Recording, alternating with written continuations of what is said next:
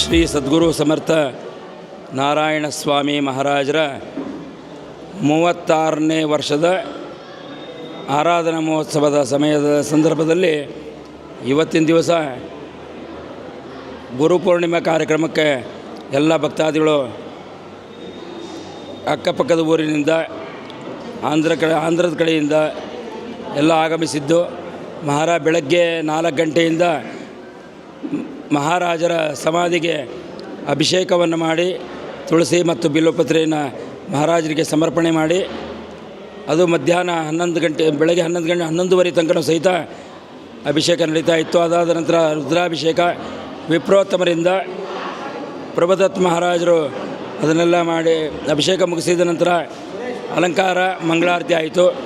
ಇನ್ನು ಈ ಕಡೆ ಯಾಗಶಾಲೆಯಲ್ಲಿ 23ನೇ ತಾರೀಕಿಂದ ಇವತ್ತಿನ ದಿವಸ ಗುರುಪೂರ್ಣಿಮೆ ಪರ್ಯಂತ ಅಂದರೆ ಸಪ್ತಾಹ ನವಮಿಯಿಂದ ಪೌರ್ಣಿಮೆ ತನಕ ಆರಾಧನಾ ಮಹೋತ್ಸವದ ಸಪ್ತಾಹ ಸಂದರ್ಭ ರಾಮತಾರಕ ಹವನವನ್ನು ಹಮ್ಮಿಕೊಂಡಿದ್ವಿ. ಇವತ್ತು ಅದರದ್ದು ಸಹಿತ ಪೂರ್ಣಾವತಿ ಆಯಿತು. ನಿನ್ನೆ ದಿವಸ ನವಚಂಡಿಕಾ ಯಾಗ ಮತ್ತು ರಥೋತ್ಸವ ನಡೆಯಿತು. ಹೀಗೆ ಒಂದೊಂದು ದಿವಸವೂ ಸಹಿತ ಒಂದೊಂದು ಕಾರ್ಯಕ್ರಮಗಳು ಭಕ್ತರ ಸಹಾಯ ಸಹಕಾರಗಳಿಂದ ಮತ್ತು ಮಹಾರಾಜರ ದಿವ್ಯ ಆಶೀರ್ವಾದದಿಂದ ಈ ಒಂದು ಕಾರ್ಯಕ್ರಮ ಸುರಳಿತವಾಗಿ ಸಾಂಗವಾಗಿ ನಿರ್ವಿಘ್ನವಾಗಿ ನೆರವೇರಿದೆ ಅಂತ ಹೇಳ್ಕೊಳ್ಳೋದ್ರಲ್ಲಿ ಯಾವ ಥರದ ಸಂಶಯವೂ ಇಲ್ಲ. ಮಹಾರಾಜರು ಇಲ್ಲಿ ಬರ್ತಕ್ಕಂಥ ಎಲ್ಲ ಭಕ್ತರಿಗೂ ಸಹಿತ ಆಶೀರ್ವಾದವನ್ನು ಮಾಡಲಿಕ್ಕೆ 2 ಕೈಯಿಂದ ಆಶೀರ್ವಾದವನ್ನು ಮಾಡ್ತಾ ಇದ್ದಾರೆ. ಎಲ್ಲ ಗುರುಗಳು 1 ಕೈಯಿಂದ ಆಶೀರ್ವಾದ ಮಾಡಿದರೆ ಮಹಾರಾಜರು ಆಶ್ರಮಕ್ಕೆ ಬರ್ತಕ್ಕಂಥ ಎಲ್ಲ ಭಕ್ತಾದಿಗಳು ಸಹಿತ ಸುಖ ಸಂತೋಷದಿಂದ ಬಾಳಲಿ ಅನ್ನೋ ಉದ್ದೇಶವನ್ನು 2 ಅಭಯ ಹಸ್ತವನ್ನು ಮಹಾರಾಜರು ಆಶೀರ್ವಾದ ರೂಪದಲ್ಲಿ ತೋರಿಸ್ತಾ ಇದ್ದಾರೆ. ಹಾಗಾಗಿ ಇಲ್ಲಿ ಬರ್ತಕ್ಕಂಥ ಎಲ್ಲ ಭಕ್ತರಿಗೂ ಸಹಿತ ಮಹಾರಾಜರ ಮತ್ತು ಅಯೋಧ್ಯ ರಾಮ ಜನ್ಮ ಭೂಮಿಯ ಮೂಲ ವಿಗ್ರಹಗಳೇನಿಲ್ಲ ನಮ್ಮ ಆಶ್ರಮದಲ್ಲಿ ಮಹಾರಾಜರು ಸ್ಥಾಪನೆಯನ್ನು ಮಾಡಿದ್ದಾರೆ. ರಾಮದೇವರು, ಸೀತಾದೇವಿ ಮತ್ತು ಲಕ್ಷ್ಮಣ ಇವರ ಅನುಗ್ರಹ ನಮ್ಮ ಹರಿಹರ ನಗರಕ್ಕೆ, ಕರ್ನಾಟಕ ರಾಜ್ಯಕ್ಕೆ, ಭಾರತ ದೇಶಕ್ಕೆ ಅಷ್ಟೇ ಅಲ್ಲದೆ ವಿಶ್ವಕ್ಕೂ ಸಹಿತ ಭಗವಂತನ ಆಶೀರ್ವಾದ, ಮಹಾರಾಜರ ಆಶೀರ್ವಾದ ಎಲ್ಲ ಆಸ್ತಿಕ ಭಕ್ತ ಮಹಾಜನರಿಗೂ ಸಹಿತ ಮಹಾರಾಜರು ಅನುಗ್ರಹವನ್ನು ಮಾಡಲಿ. ಈಗ ಮಳೆಗಾಲ ಪ್ರಾರಂಭ ಆಗಿ ಭಾಳ ದಿವಸದಿಂದ ಮಳೆ ಬರ್ತಾನೇ ಇಲ್ಲ.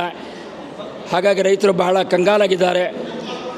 ಭಗವಂತನ ಅನುಗ್ರಹದಿಂದ, ಮಹಾರಾಜರ ಆಶೀರ್ವಾದದಿಂದ ಉತ್ತಮವಾಗಿರ್ತಕ್ಕಂಥ ಮಳೆ ಬರಲಿ, ಉತ್ತಮವಾಗಿರ್ತಕ್ಕಂಥ ಬೆಳೆ ಬರಲಿ, ಎಲ್ಲರೂ ಸಹಿತ ಪ್ರೀತಿ ವಿಶ್ವಾಸ ಸ್ನೇಹದಿಂದ ಇರ್ತಕ್ಕಂಥ ಯೋಗವನ್ನು ಭಗವಂತ ಮಹಾರಾಜರು ಕರುಣಿಸಲಿ ಅಂಥೇಳಿ ಮಹಾರಾಜರ ಹತ್ರ ರಾಮನ ಹತ್ರ ಪ್ರಾರ್ಥನೆಯನ್ನು ಮಾಡ್ಕೊಳ್ತಾ,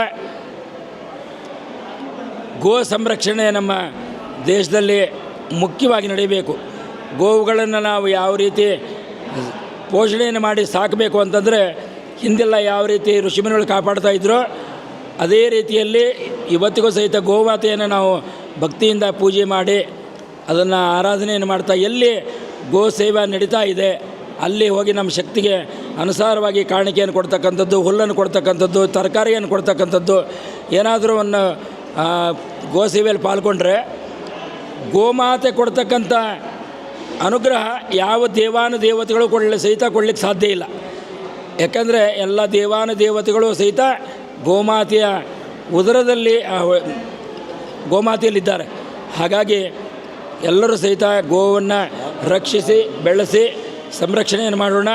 ಅಷ್ಟೇ ಅಲ್ಲದೆ ನಮ್ಮ ಭಾರತ ದೇಶದ ಗಡಿಯನ್ನು ಕಾಯ್ತಕ್ಕಂಥ ಎಲ್ಲ ಸೈನಿಕರಿಗೂ ಸಹಿತ ಮಹಾರಾಜರು ಮತ್ತು ರಾಮದೇವರು ಅನುಗ್ರಹವನ್ನು ಮಾಡಲಿ.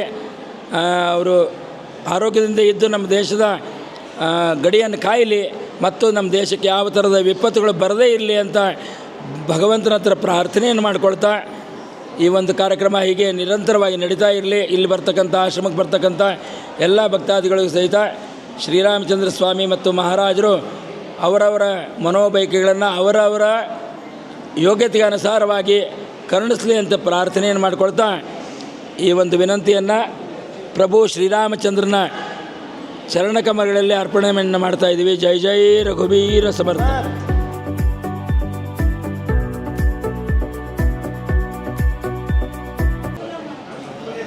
ವ್ಯಾಸ ಪೌರ್ಣಿಮೆ ಅಂತ ಹೇಳ್ತೇವೆ.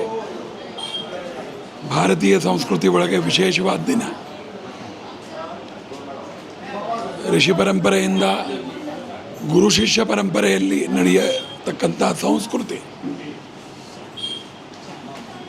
ಮಹನೀಯರು, ಕಾರಣಜನ್ಮರು, ಅವತಾರ ಪುರುಷರು, ಸಿದ್ಧ ಪುರುಷರು ಇರತಕ್ಕಂಥ ಈ ಜಂಬುದ್ವೀಪದೊಳಗೆ ಇವತ್ತಿನ ಸಮಯದಲ್ಲಿ ವ್ಯಾಸ ಪೌರ್ಣಿಮೆಯ ದಿನ, ಯಾಕಂದರೆ ಗುರುಗೀತೆಯಲ್ಲಿ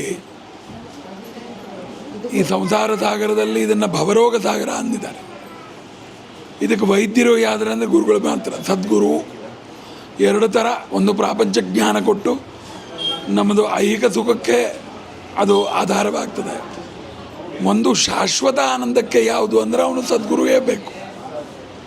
ಬಾಕಿ ವಿದ್ಯೆಯಿಂದ ಕಲ್ತಿರೋದಕ್ಕೆ ಕ್ಷಯ ಆಗ್ತದೆ. ಸದ್ಗುರು ಅನುಗ್ರಹದಿಂದ ನಡೆದಿರೋ ಆ ಪರಮಾನಂದವನ್ನು ಪಡೆದಿರೋ ಬ್ರಹ್ಮಾನಂದನ ಪಡೆಯೋತಕ್ಕಂಥ ಮಾರ್ಗ ಅದು ಶಾಶ್ವತ. ಹಾಗಾಗಿ ಇವತ್ತು ಪ್ರಾಪಂಚ ಪಾರಮಾರ್ಥ ಎಲ್ಲೂ ಹೇಳ್ಕೊಳೋನು ಸ್ವಾಮಿ. ಆದ್ದರಿಂದ ತಾವು ಇವತ್ತು ಸದ್ಗುರು ಸಮರ್ಥ ನಾರಾಯಣ ಮಹಾರಾಜ್, ಸಮರ್ಥ ರಾಮದಾಸ ಪರಂಪರೆಯಲ್ಲಿ 11ನೇ ಅವರು ಶ್ರೀ ಕ್ಷೇತ್ರ ಹರಿಹರದಲ್ಲಿ ಹೋದ ಒಂದು ವಾರದಿಂದ ಅಖಂಡ ಭಗವನ್ನಾಮ ಸ್ಮರಣೆ, ಗುರುಚರಿತ್ರ ಪಾರಾಯಣೆ, ದಾಸಬೋಧ ಪಾರಾಯಣ, ಸಪ್ತಶತಿ ಪಾರಾಯಣ, ಅಖಂಡ ಬೆಳಗ್ಗೆ ಮಧ್ಯಾಹ್ನ ಸಾಯಂಕಾಲ ಭಜನೆ ಕೀರ್ತನದಿಂದ ನಡೀತಾ ಮಹಾರಾಜರ ಆರಾಧನೆ ಮುಗಿಸ್ಕೊಂಡು ನಿನ್ನೆ ಚತುರ್ದಶಿ ನವಚಂಡಿಕಾ ಹೋಮ, ಕೌಮಾರಿಕಾ ಪೂಜಾ, ಸುಹಾಸಿನಿ ಪೂಜಾ, ಹರಿಹರೇಶ್ವರ ಸ್ವಾಮಿಗೆ ಸೇವೆಯನ್ನು ಒಪ್ಪಿಸಿ ಅಮ್ಮನವ್ರ ದರ್ಶನ ಮಾಡಿ ಸ್ವಾಮಿ ಪಲ್ಲಕ್ಕಿ ಸೇವೆ ಮತ್ತು ರಾಮ ರಥಯಾತ್ರ ಇಲ್ಲಿ ಬಂದು ದರ್ಶನ ಮಾಡದೇ ಇದ್ದ ಕಾರಣ ಸ್ವಾಮಿ ಬಹುಶಃ ಹೊರಗೆ ಬರ್ತಾನೇನೋ, ಬೀದಿಗೆ ಬಂದ ಅನುಗ್ರಹ ಮಾಡಬೇಕಾಗಿರೋತಕ್ಕಂಥ ವಿಷಯ. ಹಾಗಾಗಿ ಸಂಜೀವನಿ ಮಹಾಸಮಾಧಿ ಇವತ್ತು ವ್ಯಾಸ ಪೌರ್ಣಿಮೆ ದಿನ ಕಾಶಿಯಲ್ಲಿ ಹೇಗೆ ದರ್ಶನ ಸಿಗುತ್ತೋ ಆ ಥರ ಮಹಾರಾಜರ ಗದಿಗೆ ಒಳಗೆ ವರ್ಷಪೂರ್ತಿ ಮಾತ್ರ ಸಾಧನಾ ಪುರುಷರು ವೈದಿಕ ಕಾರ್ಯ ಮಾಡೋತಕ್ಕಂಥವರು ಹೋಗಿ ನಿತ್ಯ ಷೋಡಶೋಪಚಾರ ರಾಜೋಪಚಾರ ಮಾಡ್ತಾರೆ. ಆದರೆ ಇವತ್ತು ಮಾತ್ರ ಎಲ್ರಿಗೂ ಪ್ರವೇಶ ಉಂಟು. ಗಂಗೆಯನ್ನು ಸಮರ್ಪಿಸಿ ತುಳಸಿ ಬಿಲ್ವವನ್ನು ಇಟ್ಟು ತನ್ನ ಮನಸ್ಸಿನಲ್ಲಿ ಇರೋತಕ್ಕಂಥ ಸತ್ಸಂಕಲ್ಪ ಸ್ವಾಮಿ ಪೂರ್ತಿ ಮಾಡಲಿ ಅಂತೇಳಿ ಕೇಳ್ಕೊಳ್ತಾರೆ. ಯಾಕಂದರೆ ಈಗ ಅಂದ್ವಲ್ಲ ಭವರೋಗ ವೈದ್ಯರು, ಈ ರೋಗಕ್ಕೆ ಯಾಕಂದರೆ ಈ ಭವರೋಗ ಸಾಗರದ ವೈದ್ಯರು ಯಾರು ಅಂದರೆ ಗುರುಗಳೇ. ಅವರು ಬಿಟ್ಟರೆ ಆ ಔಷಧಿಗೋಸ್ಕರ ನಾವೆಲ್ಲ ಇಲ್ಲಿ ಸೇರಿದ್ದೀವಿ. ಇಲ್ಲೇ ಅಂತಲ್ಲ, ಜಗತ್ತಿನಲ್ಲಿ ಬೇರೆ ಬೇರೆ ಕಡೆ ಯದ್ಭಾವಂ ತದ್ಭವತಿ, ಎಲ್ಲೆಲ್ಲಿ ಎಂದರೋ ಮಹಾನುಭಾವರು ಮಹನೀಯರು ಎಲ್ಲ, ಪುರಂದರದಾಸರು, ರಾಮದಾಸರು, ಮೀರಾಬಾಯಿ, ಕಬೀರ್ದಾಸರು, ಒಬ್ಬರ ಇಬ್ಬರ ಅನಂತ ಕೋಟಿ. ಆರೂಢ ಮಠ ಉಂಟು, ಉಪ್ಪಿನಜ್ಜಾರು, ಬಸವಣ್ಣವರು. ನನಗನ್ನಿಸ್ತದೆ ಇಂತಹ ಹೆಜ್ಜೆ ಹೆಜ್ಜೆಗೂ ಸ್ವಾಮಿ ನಿದರ್ಶನ ಮತ್ತು ನಮಗೆ ಈ ಭಾರತೀಯ ಸಂಸ್ಕೃತಿ ಒಳಗೆ ಅವರು ಕೊಟ್ಟಿರೋತಕ್ಕಂಥ ವರಗಳು ಅಲ್ಲೆಲ್ಲ ಕಾಣ್ತದೆ. ವಿಚಿತ್ರ, ಇಷ್ಟು ಜನ ಡಾಕ್ಟರ್ ಆದರೂ ಸಹ ನಮ್ಮ ರೋಗ ಬಿಟ್ಟಿಲ್ಲ. ಆ ರೋಗ ಶಮನ ಆಗಲಿ ಅಂತ ಗುರುಗಳ ಪಾದದಲ್ಲಿಗೆ ಕೇಳ್ಕೋಬೇಕು. ನೀವೆಲ್ಲ ಮೀಡಿಯಾದಿಂದ ಬಂದಿದ್ದೀರಾ. ಒಂದು ಬಾಧೆ ಏನು ಅಂದರೆ ಶ್ರೀ ಕ್ಷೇತ್ರ ಹರಿಯದೊಳಗೆ ಹಣ್ಣು ಕಾಯಿಗಿಂತ ಜಾಸ್ತಿ ಬ್ರ್ಯಾಂಡಿ ಅಂಗಡಿ ಮಾಡಿಕೊಂಡಿದ್ದೇವೆ. ಕೃಪೆ ಮಾಡಿ ಅದ್ರ ಬಗ್ಗೆನೂ ಅಪ್ಪ ಯಾರೋ ಬಂದು ನೀವು ತಪ್ಪು ಇದ್ದೀರಾ ಅಂತ ಹೇಳಬಾರ್ದು. ಕ್ಷೇತ್ರ ಕಾಪಾಡೋತಕ್ಕಂಥದ್ದು ವಿಚಾರ ನಮ್ಮಲ್ಲೇ ಆಂತರ್ಯದಿಂದ ಬರಬೇಕು. ರಾಕ್ಷಸ ಭೋಜನ, ತಾಮಸಿ ಆಹಾರ, ಮಾದಕ ಪದಾರ್ಥಗಳು ದೂರ. ಯಾಕಂದರೆ ಶ್ರೀ ಕ್ಷೇತ್ರಕ್ಕೆ ಸ್ವಾಮಿಗಳ ಹತ್ರ ಯಾಕೆ ಬರ್ತಾರೆ? ಬಾಧೆ ಪರಿಹಾರ ಆಗಲಿ, ಮನಸ್ಸಲ್ಲಿ ಸಂಕಲ್ಪ ಪೂರ್ತಿ ಆಗಲಿ, ಏನೋ ವೇದನೆ, ಮನೋವೇದನೆ, ಶಾರೀರಿಕ ವೇದನೆ ಸ್ವಾಮಿಗೆ ದೇಯಿ ಅಂತ ಕೇಳ್ತಾರೆ. ಪಿತೃಕಾರ್ಯಾರ್ಥ ಗಂಗಾ ಸ್ನಾನ ತುಂಗಾಪಾನ ಅಂದಿದ್ದಾರೆ. ಗಂಗೆಯಲ್ಲಿ ಮುಣಗ್ತೀವಿ, ಹರಿಹರೇಶ್ವರ ದರ್ಶನ ಮಾಡ್ತೀವಿ, ಅಮ್ಮನವ್ರ ದರ್ಶನ ಮಾಡ್ತೀವಿ, ಸ್ವಾಮಿ ದರ್ಶನಕ್ಕೆ ಬರ್ತೀವಿ. ಅಂಥ ಪವಿತ್ರೆಯನ್ನು ಕಾಪಾಡ್ಕೊಳ್ಳೋದು ನಮ್ಮ ಜವಾಬ್ದಾರಿ. ದಾವಣಗೆರೆ ಜಿಲ್ಲೆ ಎಲ್ಲವೂ ಅದರಲ್ಲಿ ಹರಿಹರದಲ್ಲಿ ಇರೋತಕ್ಕಂಥವ್ರ ಜವಾಬ್ದಾರಿ. ಹಾಗಾಗಿ ಎಲ್ಲರಿಗೂ ಕಳಕಳಿಯಿಂದ ಕೇಳ್ಕೊಳ್ಳೋದು ಏನಂದರೆ ಹವ್ಯಾಸಗಳಿಗೆ ದೂರವಾಗಿ, ಮಾದಕ ಪದಾರ್ಥಗಳನ್ನು ದೂರವಾಗಿ ತಮ್ಮ ಬಾಳನ್ನು ತಾವು, ಯಾಕಂದರೆ ವಿಷ ಕುಡಿದೇನೇ ಮನುಷ್ಯ ಫುಟ್ಬಾಲ್ ಆಡ್ತಾನೋ, ಜಿಮ್ನಲ್ಲೋ ತೀರು ಹೋಗ್ತಾ ಇದ್ದಾನೆ. ವಿಷ ಕುಡಿದ್ರೆ ಗ್ಯಾರಂಟಿನೇ ಅಲ್ವಾ? ಹಾಗಾಗಿ ಇವತ್ತು ಯಾರಿಗೋಸ್ಕರ ಮಾಡೋದು ವ್ಯಾಸ ಪೌರ್ಣಿಮೆ?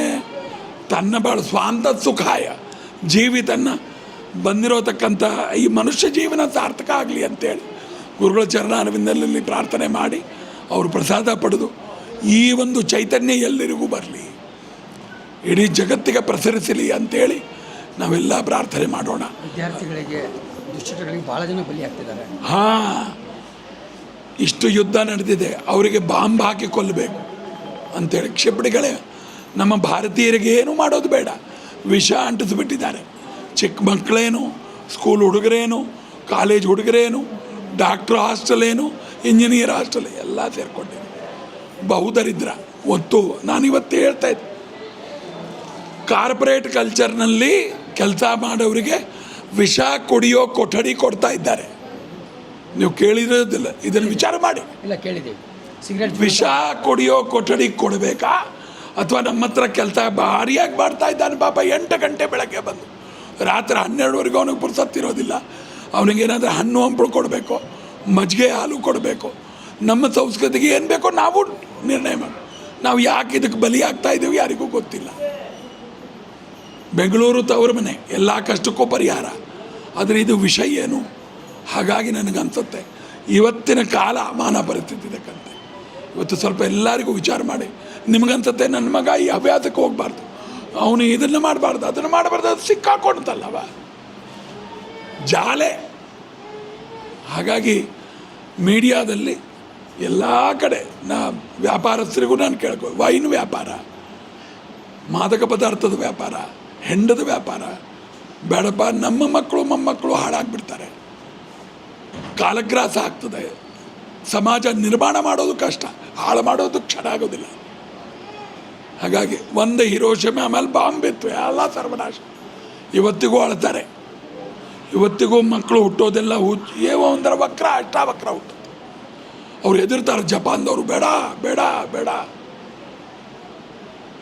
ಆದರೂ ನಾವು ಬಿಡಲಿಲ್ಲ. ಹಾಗಾಗಿ ಗುರುಗಳು ಕೃಷ್ಣಂ ವಂದೇ ಜಗದ್ಗುರು, ಪರಮಾತ್ಮ ರಾಮ ಪರಮೇಶ್ವರ ಜಗದ್ಗುರು. ಇವತ್ತು ಅವನನ್ನು ಉಪಾಸನೆ ಮಾಡಿಕೊಂಡು ಕಾಪಾಡಪ್ಪ, ಯಾರೂ ಇಲ್ಲ ನಮಗೆ ಅಂತ ಹೇಳ್ತಾ ಇದ್ದೇವೆ. ಹಾಗಾಗಿ ತಾವೆಲ್ಲರೂ ಮೀಡಿಯಾಗೆ ದೊಡ್ಡ ಜವಾಬ್ದಾರಿ ಉಂಟು. ಬಾಕಿ ಎಲ್ಲ ಇರಲಿ, ರಾಜಕೀಯದೊಳಗೆ ಪ್ರಪಂಚ ಎಲ್ಲ ಇರ್ತದೆ. ಈ ಶಾಶ್ವತ ಏನು ನನ್ನ ಬಾಳನ್ನು, ನಮ್ಮ ಸಂಸಾರವನ್ನು ಸ್ಥಿರ ಮಾಡೋ ವಿಚಾರಗಳು ಸ್ವಲ್ಪ ಪ್ರತ್ಯಕ್ಷವಾಗಿ ಹೋದಾಗ ಮನಸ್ಸಿಗೆ ನೆಮ್ಮದಿ ಆಗುತ್ತೆ. ಹಾಗಾಗಿ ತಮ್ಮಲ್ಲಿ ಕೇಳ್ಕೊಳ್ಳೋದು ಇಷ್ಟೇಯ, ಈ ಥರದ ಯಾಕಂದರೆ ಇವತ್ತಿಂದ ವ್ಯಾಸಪೂರ್ಣಿಮೆ ಪ್ರಾರಂಭ ಆಗಲಿಲ್ಲ, ಇದು ತರಬೇತಿ. ಇಲ್ಲಿ ಬಂದು ಸಮೀಕ್ಷೆ ಮಾಡ್ಕೊಳ್ತೀವಿ, ನಾನೇನು ಮುಂದೆ ಮಾಡೋದು. ಹಾಗೆ ತನ್ನ ಸುಖ ತಾರ ಯಾರು ನೋಡ್ತಾರೆ. ಮಹಾವಾಕ್ಯ ನನ್ನ ಪರೋಪಕಾರಾರ್ಥ ಇದೆ. ಸ್ವಲ್ಪ ಶರೀರ ಕೊಟ್ಟು, ಜ್ಞಾನ ವಿಜ್ಞಾನವನ್ನು ಕೊಟ್ಟು, ಡಿಜಿಟಲ್ ಎಲ್ಲ ಕೈಯಲ್ಲಿ ಕೊಟ್ಟು, ಆರೋಗ್ಯ ಕೊಟ್ಟು ನಡೆಸ್ತಾರಲ್ವಾ, ಅದು ಸ್ವಲ್ಪ ಸಮಯ ಇದೆ ಜೀವನದಲ್ಲಿ. ಬೇರೆ ನನ್ನ ಬಾಳು ನಂದು ಸ್ವಾರ್ಥ ಇದೆ. ಪಾರಮಾರ್ಥಕ ನಾನೇನು ಮಾಡ್ತೀನಿ ಅನ್ನೋ ವಿಚಾರ ಬಂದರೆ ಆನಂದನೇ ಆನಂದ. ನೀವೇನು ಹಂಚಿದ್ರು ಕ್ಷಯ, ಇದು ಒಂದು ಮಾತ್ರ ಅಕ್ಷಯ ಆಗ್ತದೆ. ನೀವೇನು ವಸ್ತುಗಳು ಹಂಚೋದು ಯಾರೂ ಆನಂದ ಪಡೋದಿಲ್ಲ ಶಾಶ್ವತ. ಈ ವಿಚಾರವನ್ನು ನೀವು ಹೇಳಿ ಅದು ಶಾಶ್ವತ ಆನಂದ ಕೊಡ್ತದೆ. ಹಾಗಾಗಿ ತಾವು ಮಾಡಿ ಇವತ್ತಕ್ಕೆ ತಮ್ಮಲ್ಲಿ ಕಳಕಳಿಯಿಂದ ಕೇಳ್ಕೊಳ್ಳೋದಷ್ಟೇ.